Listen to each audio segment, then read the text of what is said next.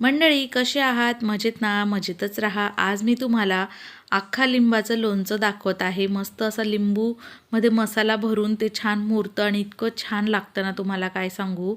तर हे रेसिपी मी एकदा यूट्यूबवरच बघितली होती राजस्थानी स्टाईलची.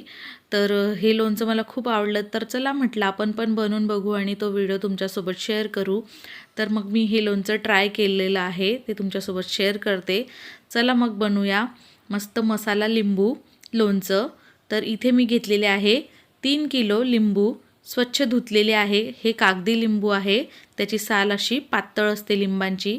लिंबू स्वच्छ धुवून घेतलेले आहे, पुसून घेतलेले आहे.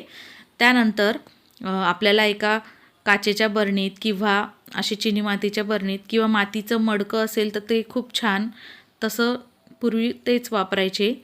तर हे सगळे लिंबू यामध्ये आपल्याला टाकून घ्यायचे आहे. सगळे लिंबू टाकून घ्यायचे. तर 3 किलो लिंबूसाठी आपल्याला लागणार आहे इथे अर्धा किलो मीठ. तर इथे साधं मीठ वापरा किंवा जाड मीठ. माझ्याकडे जाड हे शिल्लक होतं म्हणून मी वापरून घेते, कारण ते आपल्याला नंतर हे वापर होणार नाही त्या मिठाचा, त्यामुळे. तर कसं म्हणजे हे मीठ वापरलं जाईल. तर इथे हे मीठ सगळं टाकून घेतलं लिंबांवर आणि यावर आता कपडा बांधून ठेवायचा आणि हे मुरवायला ठेवायचे आहे आपल्याला साधारण 8 दिवस. तर यावर कपडा बांधून घ्यायचा आणि रोज सकाळ संध्याकाळ जसं जमेल दिवसातनं एकदा हे लिंब खालीवर करून घ्यायचे. असं 8 दिवस करायचं, म्हणजे लिंबू छान 8 दिवसात मुरतात. आणि मातीचं भांडे असेल तर खूप छान मडक्यामध्ये टाकायचं आणि रोज हे लिंबू मी आता खालीवर करत असं 8 दिवस केलं. आणि 8व्या दिवशी तुम्हाला दाखवत आहे बघा, लिंबू छान मुरलेले आहे, सॉफ्ट झालेले आहे हलकेसे. आता हे लिंबू सगळे आपण एका मोठ्या पाटीमध्ये असं काढून घ्यायचं भांड्यामध्ये. आणि आपल्याला हे स्वच्छ धुवायचे आहे. 3 ते 4 वेळा स्वच्छ धुवून घ्यायचे हलक्या हाताने आणि पूर्ण पाणी नितळून घ्यायचं. त्यानंतर इथे मी फॅन खाली वाळवत आहे, ते न्यूजपेपरवर टाकून घेतले सगळे लिंबू आणि 3-4 तास तरी साधारण वाळवायचे. मी इथे रात्रभर असेच ठेवले, रात्रीच काढून ठेवले आणि त्यानंतर रात्रभर सुकून दुसऱ्या दिवशी आपण लिंबाचं लोणचं बनवणार आहोत 9व्या दिवशी.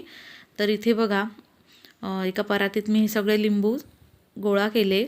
त्यानंतर एक शार्प असा नाईफ घ्यायचा, म्हणजे चाकू एकदम धारदार हवा आहे आपल्याला, त्याच्याने आपल्याला याला कट मारायचे आहे.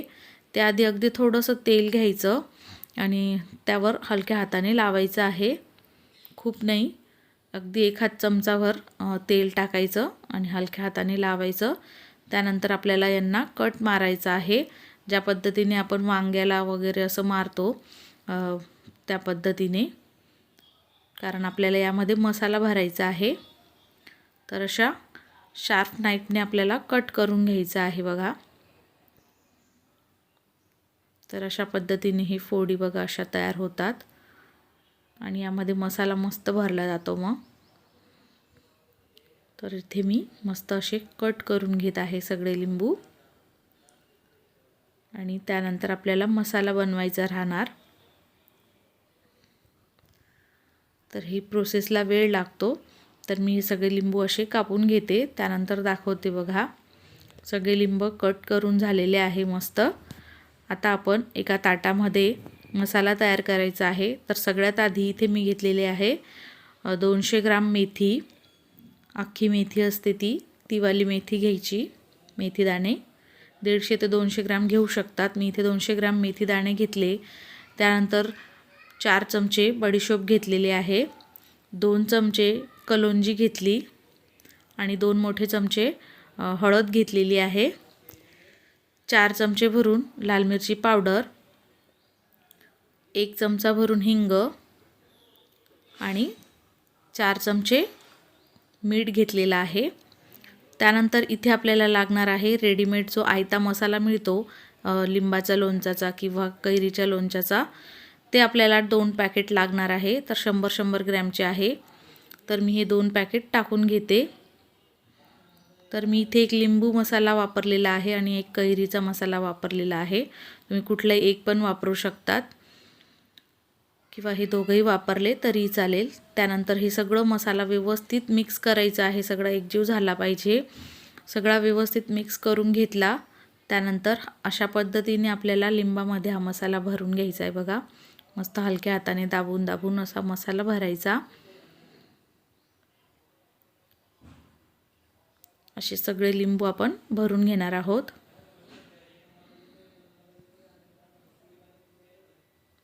बघा किती सुंदर दिसत आहे, रंगही किती सुरेख आलेला आहे मस्त असा.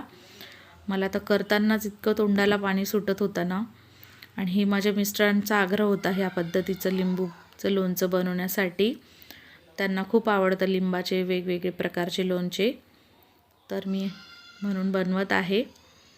तर बघा ही सगळे लिंबू मी असे मसाला भरून तयार करून घेते. मस्त किती छान दिसत आहे बघा. परातभर लिंबू आपले हे मसाला भरून तयार झालेले आहे. सगळा मसाला यामध्ये व्यवस्थित मावलेला आहे लिंबूंमध्ये. तर असे हे लिंबू आपले तयार आहे. आता आपण कुठली काचेची बरणी घ्यायची किंवा चिनी मातीची पण चालेल, पण काचेची असली तर चांगलीच. काचेची बरणी स्वच्छ घासून पुसून वाळवून घ्यायची आधी.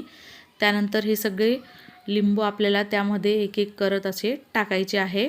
सगळे टाकून व्यवस्थित असे रचायचे आहे बघा. तर मी इथे सगळे लिंबू असे टाकून घेते. तर एक्स्ट्रा उरलेले मी दुसऱ्या बरणीमध्ये टाकणार आहे. तर अशा पद्धतीने हे लिंबू मी असे भरून घेतले. आणि आता आपल्याला हे साईडला ठेवायचे. एक दिवसभर असेच ठेवायचे. दुसऱ्या दिवशी आपल्याला याचं पुढची प्रोसेस करायची राहील.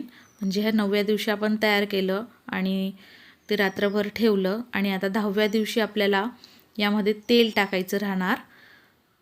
तर तेल टाकायच्या आधी आपल्याला तेल गरम करावं लागतं. तर इथे 3 किलो लिंबासाठी 1.5 किलो तेल घेतलेलं आहे. तुम्ही तुमच्या आवडीचं कुठलंही तेल घेऊ शकतात, शेंगदाण्याचं असो सरसोचं असो. तर इथे मी तेल गरम करायला ठेवलेलं आहे. तर छान असं मस्त मध्यम आचेवर तेल कडकडीत गरम करून घेतलं.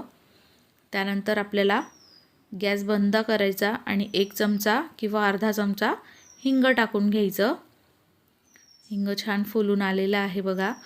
आणि आता हे तेल आपल्याला पूर्णपणे थंड करायचं आहे. 3 तास लागतात साधारण, 2 ते 3 तास हे थंड व्हायला. म्हणजे पूर्णपणे गार करून घ्यायचं. आणि त्यानंतर आपल्याला हे लोणच्यामध्ये टाकायचं आहे. तर इथे मी 2 ते 3 तास हे तेल गार करून घेतलं आणि आता आपल्याला लोणच्यावर हे टाकून घ्यायचं आहे. तर इथे बघा मी मस्त हे तेल आता टाकून घेते दोन्ही बरणींमध्ये. मोठी एकच बरणी असेल तर चांगलं, किंवा तुम्ही कमी प्रमाणात बनवत असेल तर छोट्या बरणीत पण मावतं. तर इथे मी हे तेल सगळं टाकून घेतलेलं आहे बरणीमध्ये मस्तच.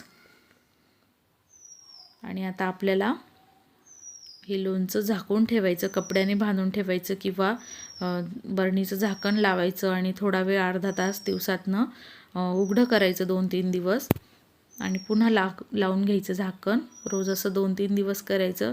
नंतर हे छान मुरतं आणि वर्ष 2 वर्ष 3 वर्षसुद्धा हे लोणचं टिकतं आणि खायला खूप छान लागतं. तुम्ही कशासोबत पण खाऊ शकता. मेथी पराठा, ठेपला, थालीपीठ यासोबत तोंडी लावायला, प्रवासात नेऊ शकता. तर कसं वाटलं तुम्हाला ही रेसिपी तसं कमेंट करा, लाईक शेअर सबस्क्राईब करा. आज वेळात वेळ काढून तुम्ही माझी रेसिपी बघितली त्याबद्दल मनापासून धन्यवाद. Bye bye.